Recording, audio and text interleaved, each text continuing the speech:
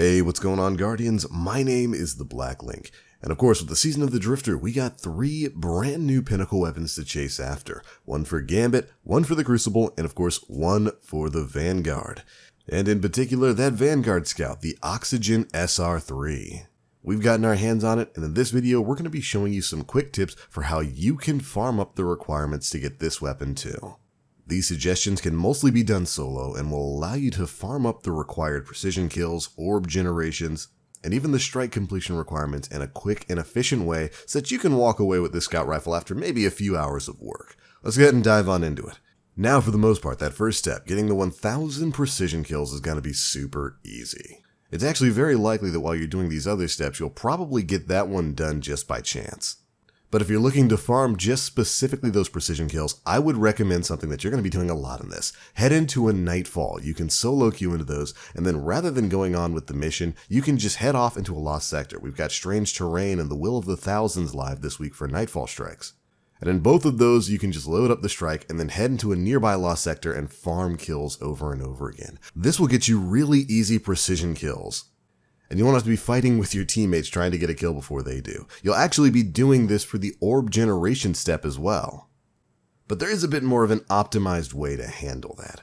First things first, let's take a look at the tooltip for this part of the quest. When you check out the Triumph for it, it simply says to generate orbs of light, and it has a marker for orbs generated. This is really poorly worded because it's not the way it looks. This Triumph isn't actually tracking the number of orbs you generate. So if you were to go out into like a strike right now, pop a super, kill a bunch of enemies and generate 7 orbs, that doesn't count towards this. All 7 of those orbs don't count towards this 500. It's tracking the number of times you start orb generation. Essentially, it's counting the number of times you make the text player generated X amount of orbs pop up in the feed, which is a really confusing and silly way to handle this. Apparently it might be a bug. I do believe Bungie might have commented on this already and they might be changing it sometime in the future.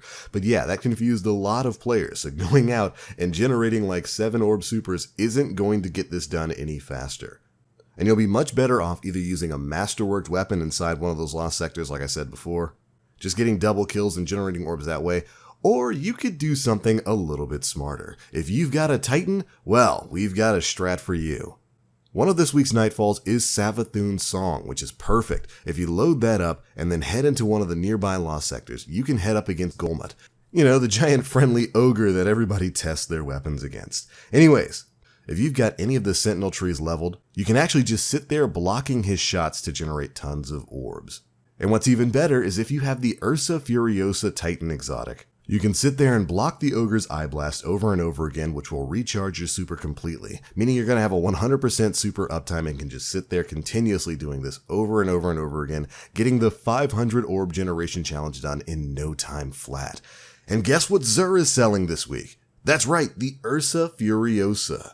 So this is definitely my #1 recommended way to get the orb generation step done. If you don't have a Titan leveled, I would definitely recommend just doing what I said before. Load up any other Nightfall and then instead of doing that mission, just head into a nearby lost sector and farm kills with masterworked weapons. Something like a masterworked Huckleberry is really good for this.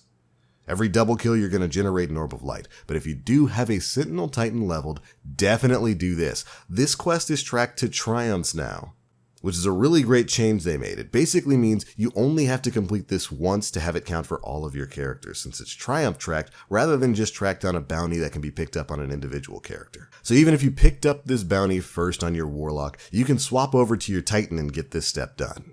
But this is definitely the easiest strat to get this out of the way. Alright, once you're done with the orbs generated, let's move on to the strikes and Nightfalls completed. Now this step generally requires about 75 strike completions, which can of course take a really long time. But Nightfall strikes generally count for more than normal strikes, much more. So you're heavily incentivized to go do those, and we've got a Nightfall strike for you.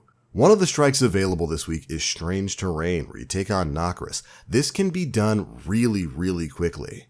Set the modifiers to Arc and Heavyweight only, then you can work your way to the boss and Wardcliff him down. It literally takes 2 shots with the Wardcliff coil to kill Nokris. And getting through the rest of the strike doesn't take much time at all. If you've got a buddy or two that you can run this with, you can get 5 to 6 minute runs done pretty easily. And then by just running this Nightfall over and over again, you'll only have to do it around 18 times to get this step complete, rather than running 75 full strikes. Personally, I was able to two-man much of this. So if you've got another Guardian who's also farming the Oxygen SR3, the two of you can team up to take this strike out in no time flat. Just make sure you set up the right modifiers, Arc and Heavyweight, and equip a Wardcliff Coil before you launch the strike. You'll be able to tear through absolutely everything therein. But there we go, do that 18 times and you will have the final objective for this triumph done. Meaning you can stroll back to Zavala and pick up your Oxygen SR3 Pinnacle Vanguard Scout Rifle. So there you go, Guardians, but is it actually any good? Well, we will have a full review video coming out later, but as for first impressions, yeah, it's pretty good. It's a hard-hitting scout in PvE. Its ability, Dragonfly, of course, you get the explosion on precision kills. It's got a special trait called Mega Nura, which is a stacking buff for Firefly. You land 3 shots and you can stack Mega Nura up to ×3, which gives the Dragonfly effect a significant damage buff. You can actually push this even further if you're lucky enough to get a Dragonfly mod from A to 1. And it does feel pretty good in PvE. You absolutely shred through mobs with this thing. It is fantastic for clearing up trash. You can land a couple of shots on a major or like a knight or an ogre or something and then pop one of the thrall and watch everything around it explode. It's not bad at all.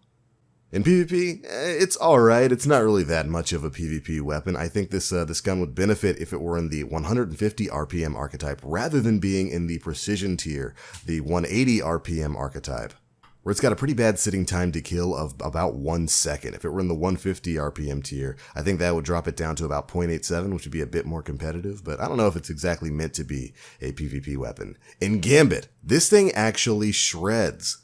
It's a fantastic tool in Gambit for tearing down a lot of enemies, as well as invaders. It's a 4-shot kill on most invaders, or when you're invading. And with the ridiculous range you've got on it, you can stay super far back and outrange most other weapons in the game. I was actually really surprised by this gun's performance in Gambit, and that's going to be a big part of the full review coming out. Ultimately, it is a good feeling scout rifle. It's definitely got the aesthetics of the hung jury of old, but one thing I will say, I do kind of wish, in addition to it having a rate of fire change, I do kind of wish they would have focused a little bit more on some of the other perks. It's got accurized rounds and stuff like that it really kind of doesn't need. I think this gun would really have benefited from them also throwing in triple tap. As you get it and go out and fire with this thing, believe me, that's going to be one of the things that you're thinking, like, man, this feels like a weapon. You're supposed to be chaining headshots with it to build up this buff. Why doesn't this have triple tap or something to extend the magazine a bit?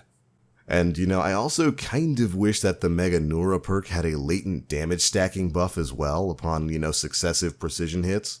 Because it still kind of feels like it takes a while to drop tankier enemies in PvE with scout rifles. And that's just a bit jarring when you could run up and just shotgun or fusion rifle or grenade launch anything in the game now. But overall, the Oxygen SR3 is definitely a weapon worthy of the name Pinnacle Reward. The Mega Nura perk is huge. I would absolutely recommend the Dragonfly mod if you've got one, as the size of the normal Dragonfly explosion isn't really that impressive. The Mega Nura buff that it gets is pretty good, but when you slap a Dragonfly mod on this thing, it's just massive explosions everywhere. Really satisfying stuff. But alright, Guardians, that's how you can farm up for the Oxygen SR3, and those are some initial thoughts that I've had after playing with this weapon for a couple of days. Hopefully these tips will help you get your hands on this Pinnacle weapon as well. And if you've got any more tips, be sure to leave them down in the comment section below. That's going to be it for this one. If you enjoyed the video, feel free to drop a like, make sure you subscribe, and hit that notification bell to stay up to date with all the latest stuff we're putting out. I gotta get back to farming the other 2 Pinnacle weapons, so I'm out for now. As always, I am the Black Link. You Guardians, stay frosty.